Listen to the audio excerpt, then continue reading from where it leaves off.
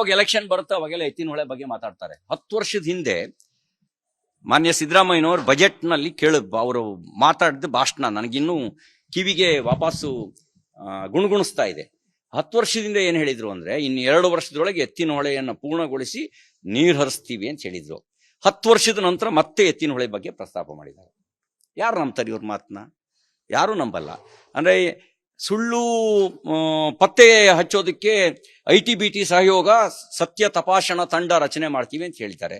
ಸಿದ್ದರಾಮಯ್ಯನವ್ರು ಬಜೆಟ್ನಲ್ಲೇ ಸುಳ್ಳು ಹೇಳಿದ್ದಾರೆ. ಅವ್ರ ಬಜೆಟ್ನಲ್ಲೇ ಸುಳ್ಳು ಹೇಳಿದ್ದಾರೆ. ಹಾಗಿದ್ರೆ ಸತ್ಯ ತಪಾಸಣಾ ತಂಡ ಏನಾದ್ರು ರಚನೆ ಮಾಡಿ ಆ ತಂಡ ಪ್ರಾಮಾಣಿಕವಾಗಿ ಕೆಲಸ ಮಾಡಿದ್ರೆ ಮೊದಲ ಆರೋಪಿ ಸಿದ್ದರಾಮಯ್ಯನವರೇ ಆಗ್ತಾರೆ.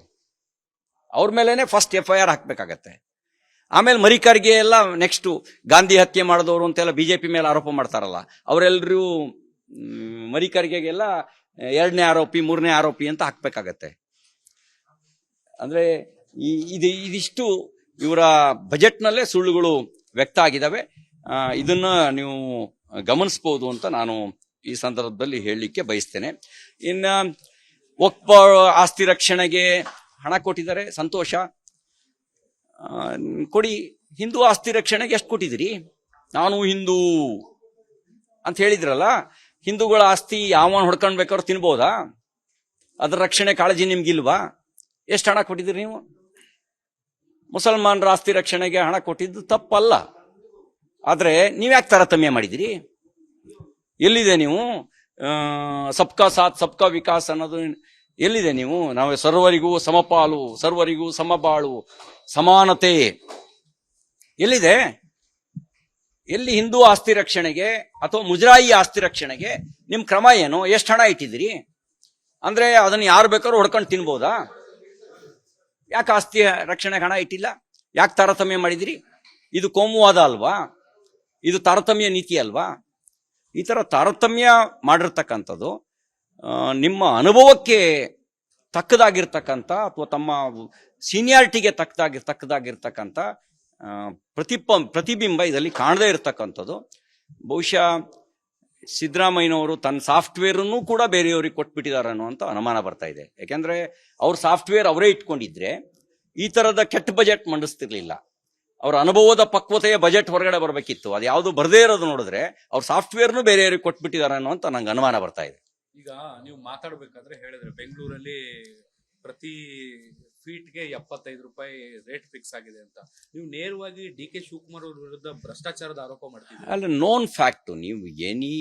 ನೀವು ಕೂಡ ಸಾರ್ವಜನಿಕ ಸಂಪರ್ಕದಲ್ಲಿರೋರು, ನೀವು ಕೇಳಿಬೇಕಾರೆ ನಾನು ಹೇಳಿದ ಸುಳ್ಳ ಅಂತ. 75 ರೂಪಾಯಿ ಇದು ತೆರಿಗೆ ಅಲ್ಲ. ಬ್ರಾಂಡ್ ಬೆಂಗಳೂರು ಅಂದ್ರೆ ಇದೇನಾ ಬ್ರಾಂಡ್ ಬೆಂಗಳೂರು? ಅದು 75 ರೂಪಾಯಿ ಕನಕಪುರ ಟ್ಯಾಕ್ಸು. ಎಲ್ಲಿಗೆ ಹೋಗ್ತಾ ಇದೆ ದುಡ್ಡದು? ಎಲ್ಲಿಗೆ ಹೋಗ್ತಾ ಇದೆ? ನೀವು ಯಾರನ್ನ ಬೇಕಾದ್ರೂ ಕೇಳಿ, ಅದು ಎಲ್ಲಿಗೆ ಹೋಗ್ತದೆ? ಒಂದು ಅಂದ್ರೆ ಅದು ಎಲ್ಲಿಗೆ ಹೋಗ್ತಾ ಇದೆ ದುಡ್ಡು? ಬ್ರಾಂಡ್ ಬೆಂಗಳೂರು ಅಂದ್ರೆ ಏನು? ಬ್ರಾಂಡ್ ಬೆಂಗಳೂರು ಅಂದ್ರೆ ಏನಿದೆ ಹಂಗಾದ್ರೆ? ಅಂದ್ರೆ ಬ್ರಾಂಡ್ ಬೆಂಗಳೂರು ಅಂದ್ರೆ ಇವ್ರ ಲೆಕ್ಕದಲ್ಲಿ ಕ್ರೈಮ್ ಸಿಟಿಯಾಗಿ ಮಾಡೋದು, ಕರಪ್ಟ್ ಸಿಟಿಯಾಗಿ ಮಾಡೋದು, ಡ್ರಗ್ ಸಿಟಿಯಾಗಿ ಮಾಡೋದು ಬ್ರಾಂಡ್ ಬೆಂಗಳೂರಾ? ಅಂದ್ರೆ 73,000 ಜನ ಸಲಹೆ ಕೊಟ್ರಲ್ಲ, ಅದ್ರೊಳಗಡೆ ಅಡಿಗೆ 75 ರೂಪಾಯಿ ತಗೊಳ್ಳಿ ಅಂತ ಸಲಹೆ ಇತ್ತಾ? 73,000 ಜನ ಸಲಹೆ ಕೊಟ್ರಲ್ಲ, IT, BT, IISc, IIM, IIT, ಮತ್ತು ಇದಲ್ದಲೇನೆ ನಾಡಿನ ವಿವಿಧ ಗಣ್ಯರು, ಶೈಕ್ಷಣಿಕ ಇರೋರು ಎಲ್ಲ ಸಲಹೆ ಕೊಟ್ರಲ್ಲ. ಆ ಸಲಹೆನಲ್ಲಿ ನನಗಿರೋ ಮಾಹಿತಿ ಅಲ್ಲಿ ಆ ಸಲಹೆಯಲ್ಲಿ ಇದ್ದಿದ್ದು ಇವರಿಗಿದ್ದು ಸಲಹೆ ನಾಲೆಡ್ಜ್ ಸಿಟಿಯಾಗಿ ಮಾಡೋದ್ರ ಬಗ್ಗೆ, ಆರ್ಟ್ ಸಿಟಿಯಾಗಿ ಮಾಡೋದ್ರ ಬಗ್ಗೆ, ಹೆಲ್ತ್ ಸಿಟಿಯಾಗಿ ಮಾಡೋದ್ರ ಬಗ್ಗೆ, ಈ ತರದ ವೈಬ್ರೆಂಟ್ ಸಿಟಿಯಾಗಿ ಮಾಡೋದ್ರ ಬಗ್ಗೆ, ಸೇಫ್ ಸಿಟಿಯಾಗಿ ಮಾಡೋದ್ರ ಬಗ್ಗೆ ಸಲಹೆ ಇತ್ತು. ಈ ಬಜೆಟ್ನಲ್ಲಿ ಏನು ಆಕ್ಷನ್ ಏನು?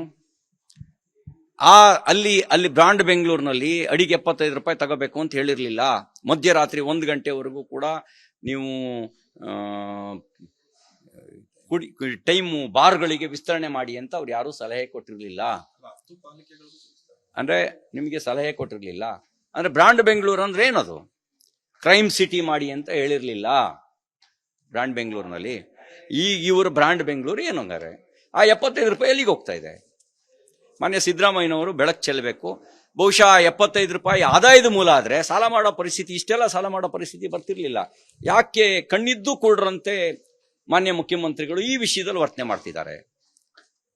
ಅಂದ್ರೆ ಈ ವಿಷಯದಲ್ಲಿ ವರ್ತನೆ ಮಾಡ್ತಾ ಇದ್ದಾರೆ ಅಂದ್ರೆ ಅವರಿಗೆ, ಅವರ ಹೈಕಮಾಂಡಿಗೆ ಎಲ್ಲದರಲ್ಲೂ ಕೂಡ 75 ರೂಪಾಯಿ ಸರ್ಚಾರ್ಜ್ ಇದೆಯಲ್ಲ, ಅಂದ್ರೆ ಅನ್ಡಿಕ್ಲೇರ್ಡ್ ಸರ್ಚಾರ್ಜ್, ಅದು ಯಾವುದೇ ಅಧಿಕೃತ ದಾಖಲೆಗೆ ಬರದೇ ಇರತಕ್ಕಂಥ ರಸಿಪ್ಟ್ ಇಲ್ಲದೆ ಇರುವಂತ ಸರ್ಚಾರ್ಜ್ ಇದೆಯಲ್ಲ, ಸೆಸ್ಸು, ಆ ಸೆಸ್ಸು ಬ್ರಾಂಡ್ ಬೆಂಗಳೂರಿನ ಸಲಹೆಯಲ್ಲಿ ಬಂದಿತ್ತ? ಅಂದ್ರೆ ನಿಮ್ ಪ್ರಕಾರ ಅದು ಡಿ.ಕೆ. ಶಿವಕುಮಾರ್ ಅವರ ಟ್ಯಾಕ್ಸ್ ಅಂತ ಹೇಳ್ತಾರೆ. ಅವ್ರು ಸ್ಪಷ್ಟಪಡಿಸ್ಬೇಕು ಯಾವ ಟ್ಯಾಕ್ಸ್ ಅಂತ, ಎಲ್ಲಿಗೆ ಹೋಗುತ್ತೆ ಅಂತ, ಅದರದ್ದು ಎಲ್ಲೆಲ್ಲಿಗೆ ಹಂಚಿಕೆ ಆಗುತ್ತೆ ಅನ್ನೋದು. ಈಗ ಸಿದ್ದರಾಮಯ್ಯನವರು ಮೌನ ವಹಿಸಿರೋದನ್ನ ನೋಡಿದಾಗ ಅವ್ರ ಬಗ್ಗೆನೂ ಕೂಡ ಸ್ವಾಭಾವಿಕವಾದ ಒಂದು ಸಂಶಯ ಬರುತ್ತೆ. ಅನುಕ್ಷಣದ ಸುದ್ದಿಗಳಿಗಾಗಿ ವಿಸ್ತಾರ ನ್ಯೂಸ್ ಯೂಟ್ಯೂಬ್ ಚಾನೆಲ್ ಸಬ್ಸ್ಕ್ರೈಬ್ ಮಾಡಿ. ಹೊಸ ಸುದ್ದಿಗಳ ನೋಟಿಫಿಕೇಶನ್ಗಾಗಿ ಬೆಲ್ ಐಕಾನ್ ಕ್ಲಿಕ್ ಮಾಡಿ. ಲೇಟೆಸ್ಟ್ ಅಪ್ಡೇಟ್ಸ್ಗಾಗಿ www.vistaranews.com ವೆಬ್ಸೈಟ್ಗೆ ವಿಸಿಟ್ ಮಾಡಿ. ಅಂಗೈಯಲ್ಲೇ ಜಗತ್ತಿನ ಸುದ್ದಿ ತಿಳಿಯಲು ವಿಸ್ತಾರ ನ್ಯೂಸ್ ಕನ್ನಡ ಆಪ್ ಡೌನ್ಲೋಡ್ ಮಾಡಿ.